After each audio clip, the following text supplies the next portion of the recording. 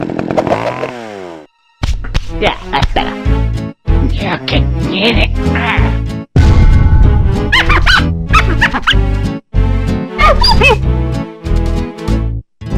Marvelous.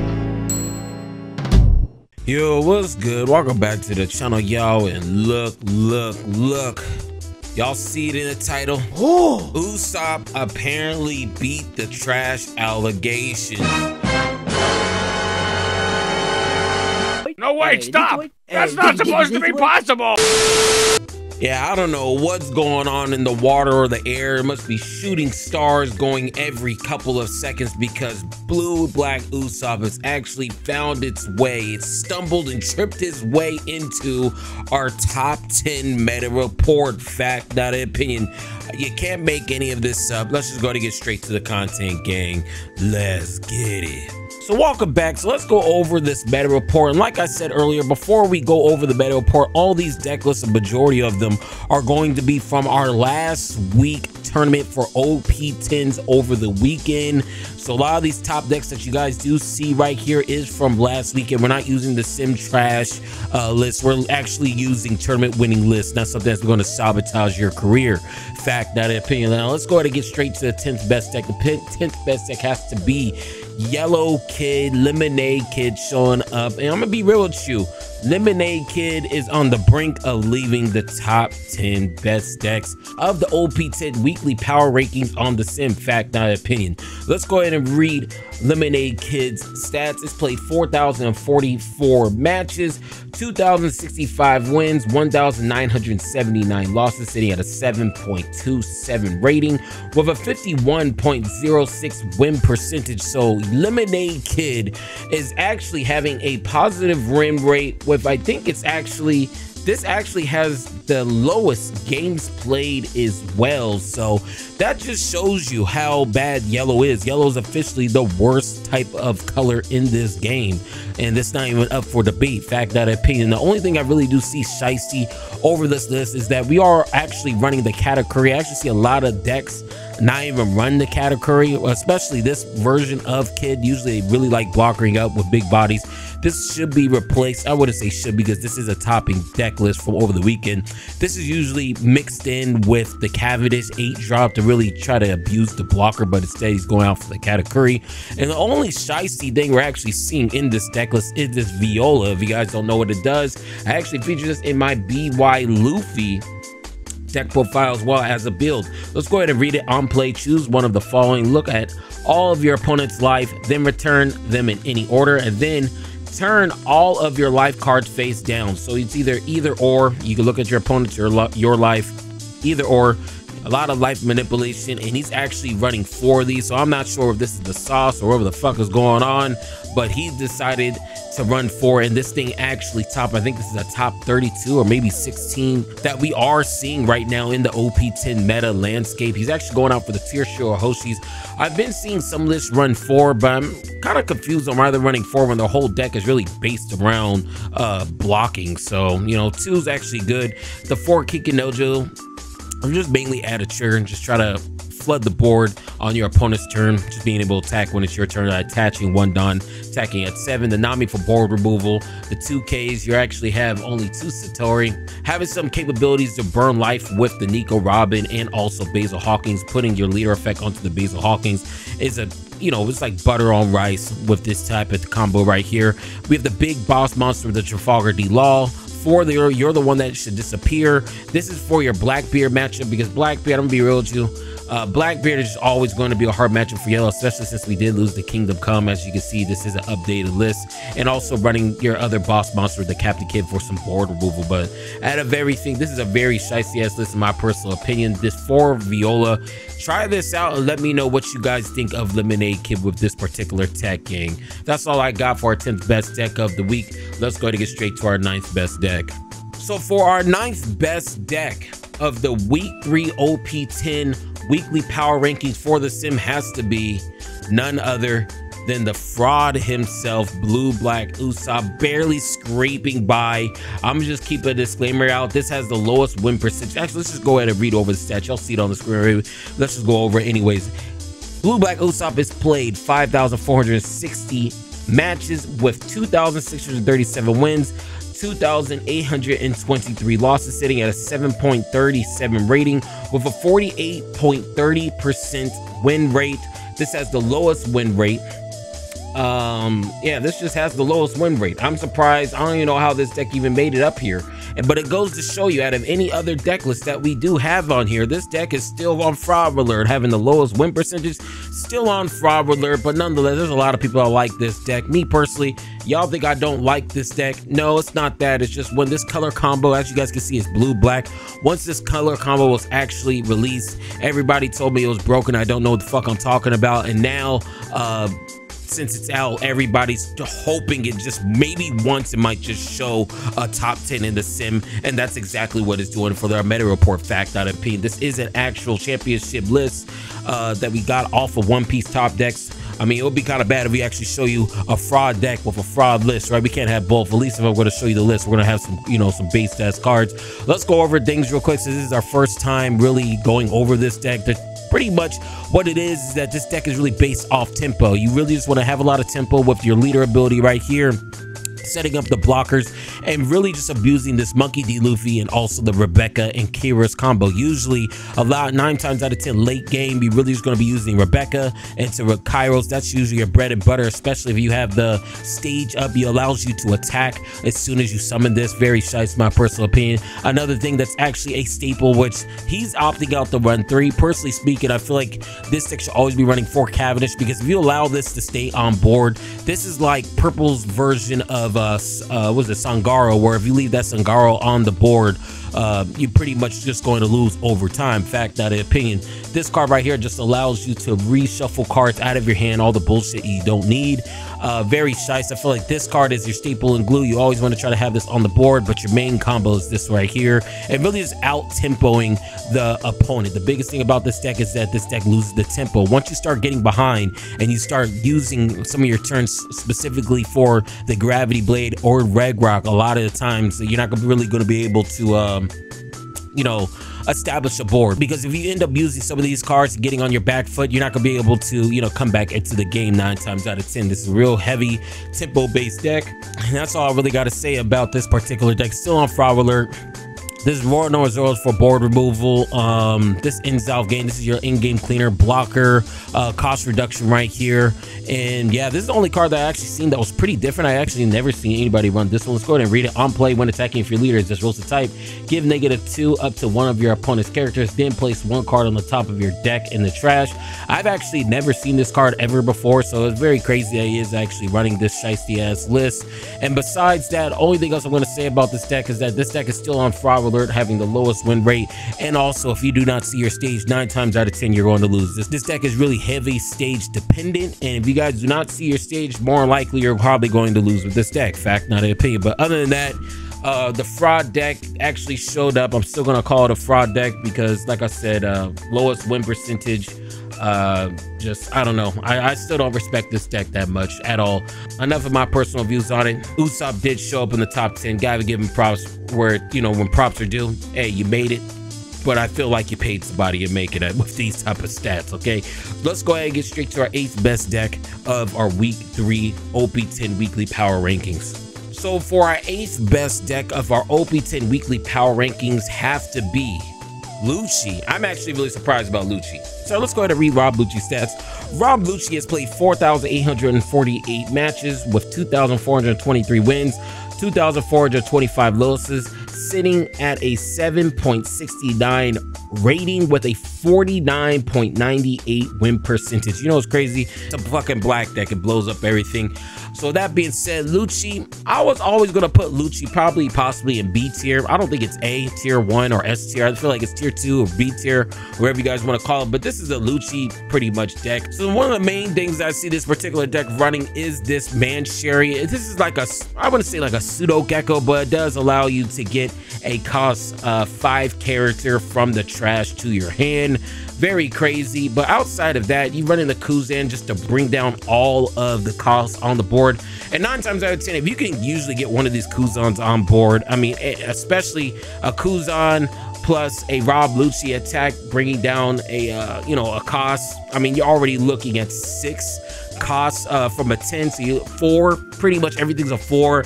And if you could just really stack these 2 up, you're literally just gonna be popping everything on the board. You don't really need Ice Age. But outside of the Kuzan with this leader ability combo and with the Man Chariot to replenish some cards to your hand, well, if I drop a lure, I mean, I don't really see anything else that's different. You still have the Rebecca.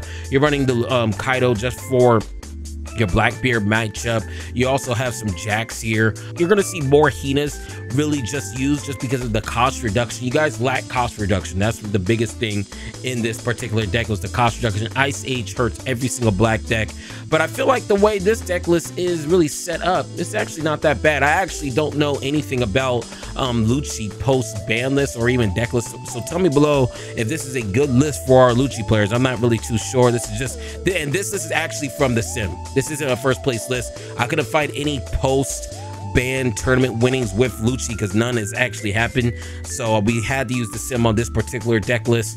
And quite honestly, it doesn't really look that bad. Tell me what you guys think below, but yeah, it doesn't, this deck list doesn't really look too bad, to be honest with you. But yeah, that's all I got for our 8th best deck. Let's go ahead and get to our 7th best deck of our week 3 OP10 weekly power rankings, gang. So for our 7th deck, our 7th place decks for the OP10 weekly power rankings for week 3 has to be Lim. I'm telling you right now, Lim is actually putting in work. Let's go ahead and read the stats real quick. OP10 Green Purple Lin has played 4,999 matches, sitting at 2,133 wins, 1,966 losses, sitting at a 7.70 rating with a 52.04 win percentage. OP10 Lim has a 52.04 win percentage, which is actually insane. And I'm quite honestly surprised. In the East, this deck was doing good probably the first or second week, and then it fell off the fucking planet. Now, Lim is out here fucking everybody's bitch, fact, not an opinion. And I'm gonna be real with you. This list looks very similar to the very last list that we showed you guys last week. I really don't want to go over it too much because, like, if we keep going over the same decks, I'm telling you the same thing over and over again, it's getting real repetitive. But if you guys are a new player or you guys just don't know anything about the current meta, let me just break it down. Lim in a nutshell. Pretty much bring everything rested, fill up the board so some of these rested in play type of effects does activate, such as this Lim right here. And also this card right here is actually really nice as well, this Portuguese Ace. It did really get a buff from some OP10 cards such as this Nami right here, very crazy. Same thing with this card. This card is a brand new card from OP10. If you have 2 or more rested characters set up to one of your cost 5 or lower rested type characters as active, this is a staple and glue of the deck.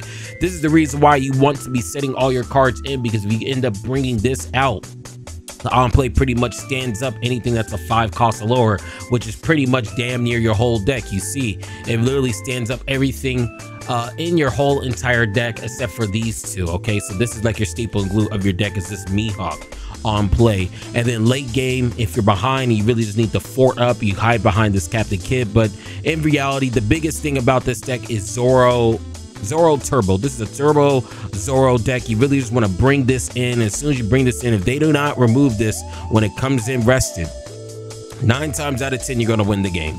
That's usually how it works. And since a lot of the board removal for black and yellow is actually kind of gone, a lot of times, 9 times out of 10, this Zoro's sticking on board. And if you are playing against this deck and you allow this to stick on board just for 1 turn, you're probably going to lose just being able to attack 3 times at 9 on top of all these other cards that they may have on the field.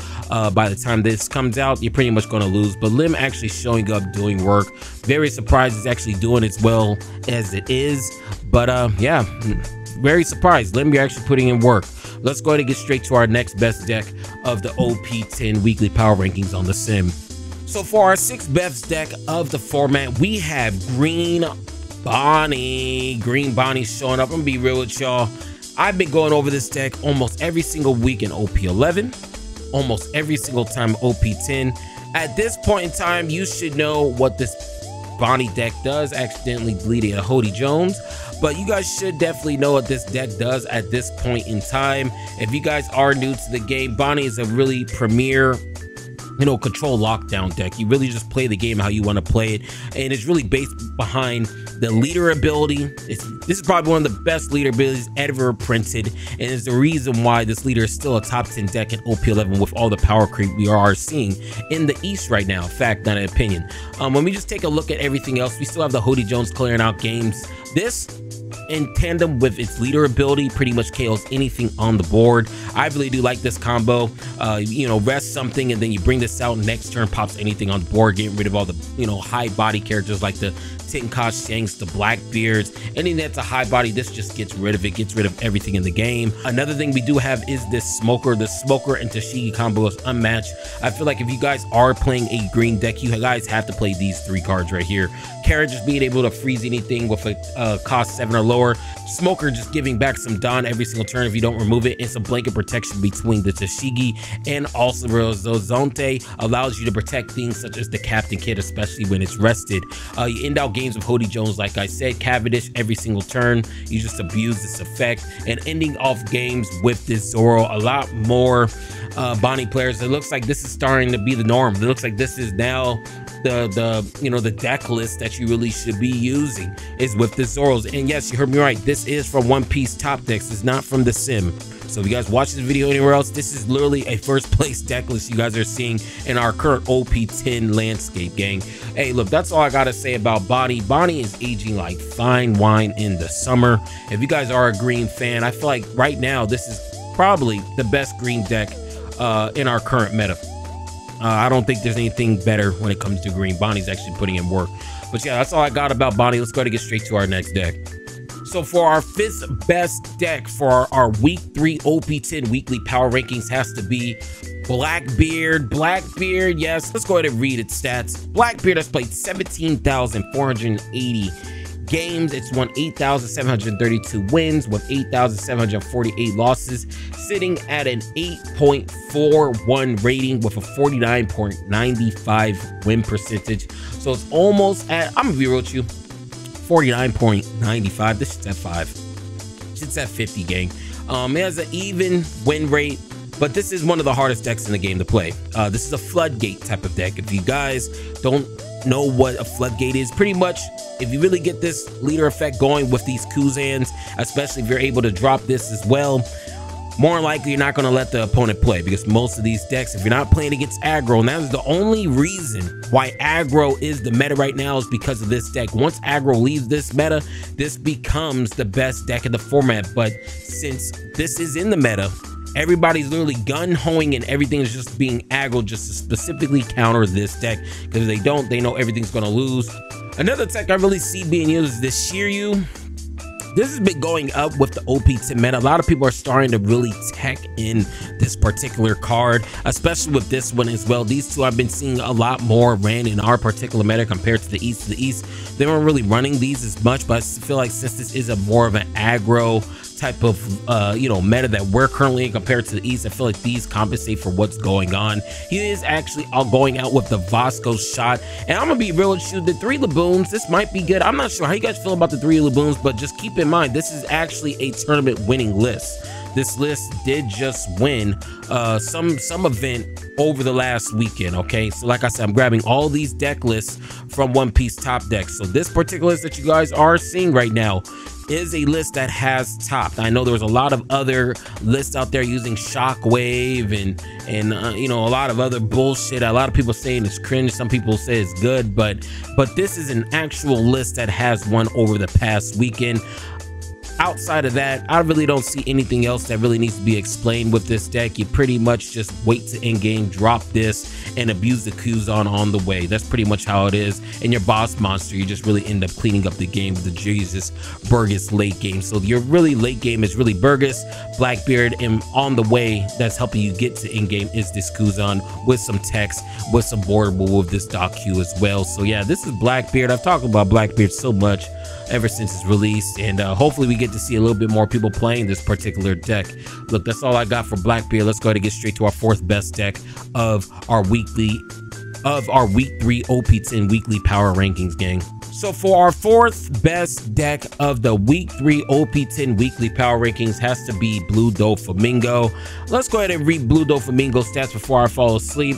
Blue Doflamingo has played 6,025 matches, is won 3,297 games, it has lost 2,728 times, sitting at an 8.71 rating with a 54.72 win percentage. So Blue Doflamingo, you know, putting in work. I mean, you guys see the arrow right next to its name. Blue Doflamingo stocks have actually gone up. I still don't think this is an S tier deck. And quite honestly speaking, I'm just keeping it 100 with y'all. These sim stats are cool, but when I actually look at you know, One Piece top decks post ban list, I really want to see if this deck is really still going to be doing something, because right now what it is, I think everybody just nobody really wants to get over and let go Blue Doflamingo. So that's the reason why its stats, nothing has changed with this deck at all. It's just playing more ratios of like the Boa, the Jozus, more red rocks, and that's really about it. There's nothing really changed. You just up the ratios, and yeah, that's pretty much all I got about Blue Doflamingo. If you guys want to see a bigger explanation of Blue Doflamingo, trust me, the last 8 months has just been that. So, you know, you guys aren't lacking videos for how to play this deck. Let's go ahead and get straight to our 3rd best deck of our week 3 OP10 weekly power rankings, gang.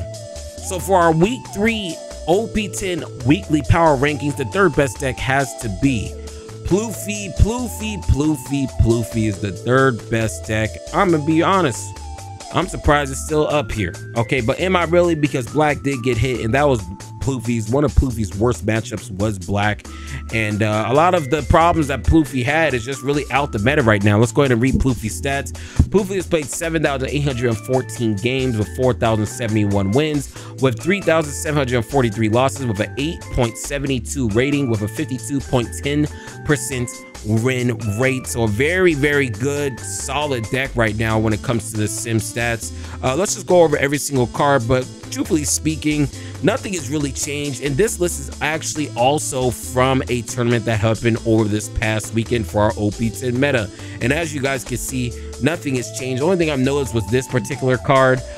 This is a pretty different card. I usually don't see too many Plouffe players running this, so let's go ahead and read it. End of your turn, return 1 or more Dawn to your Dawn deck. Set this character as active, then this character gains blocker until the end of your opponent's turn.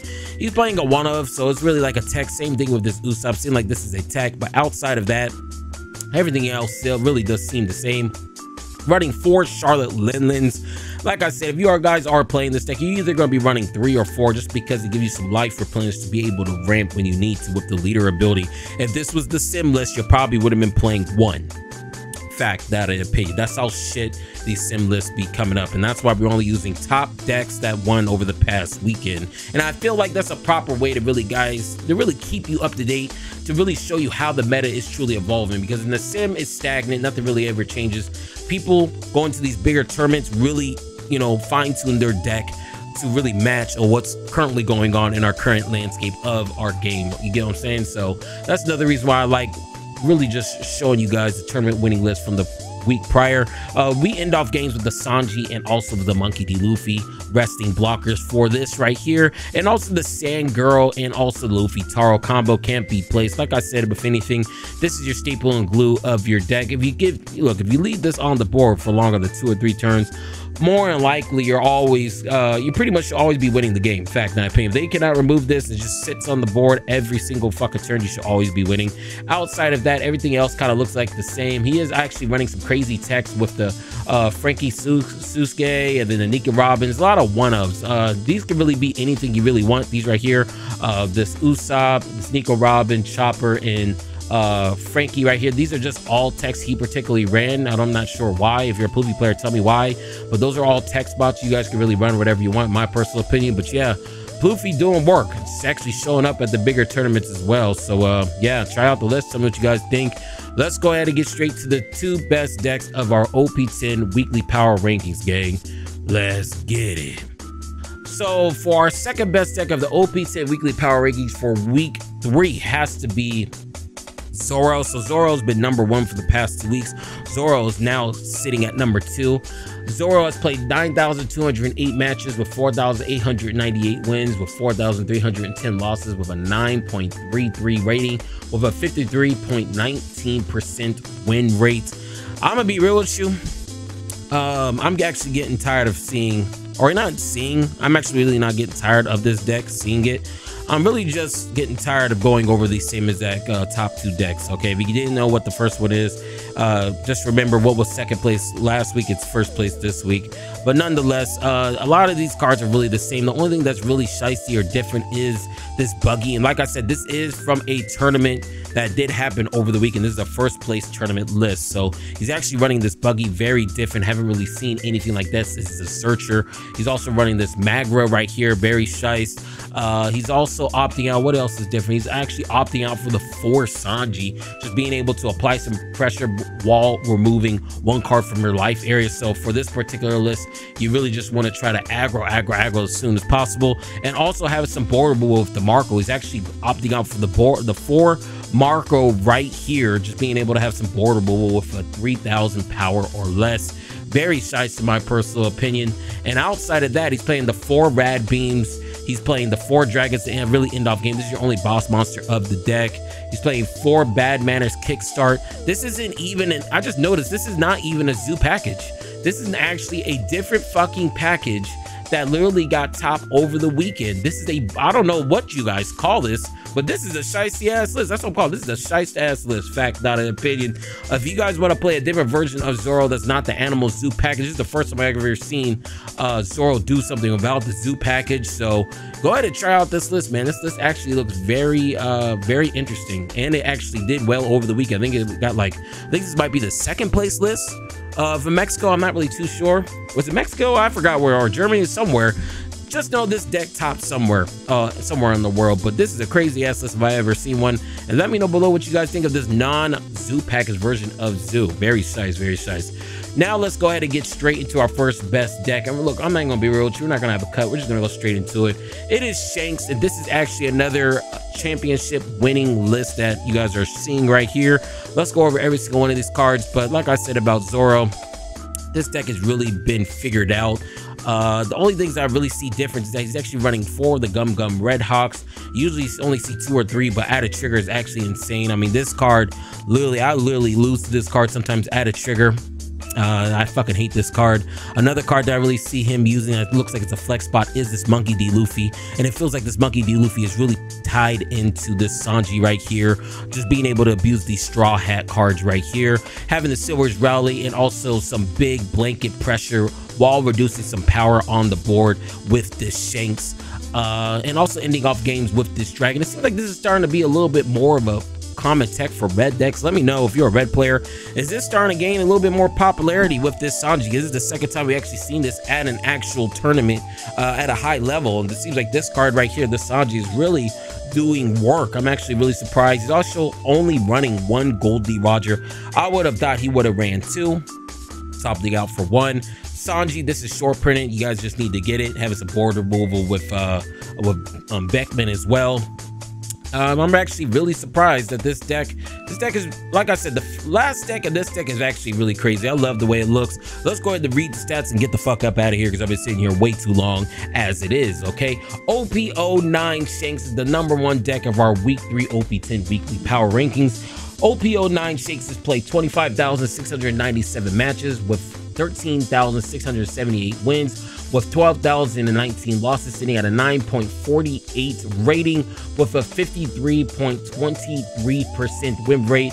This actually isn't the highest win rate deck out of all the decks. It's really dopey, but I'm not sure it's because of the games. No, it actually has 6,000. I don't know why the win rate's a little bit lower compared to Dofi, but nonetheless, this is your first place ranked deck for the week 3 OP10 weekly power rankings. We had some shiesty ass lists in this particular meta report, so let us know below what you guys think of these deck lists, and how do you guys feel about Fraud Usopp actually doing something. Okay, I mean, he had finally tied his shoes, put on a pair of socks, and started fucking contributing to the meta.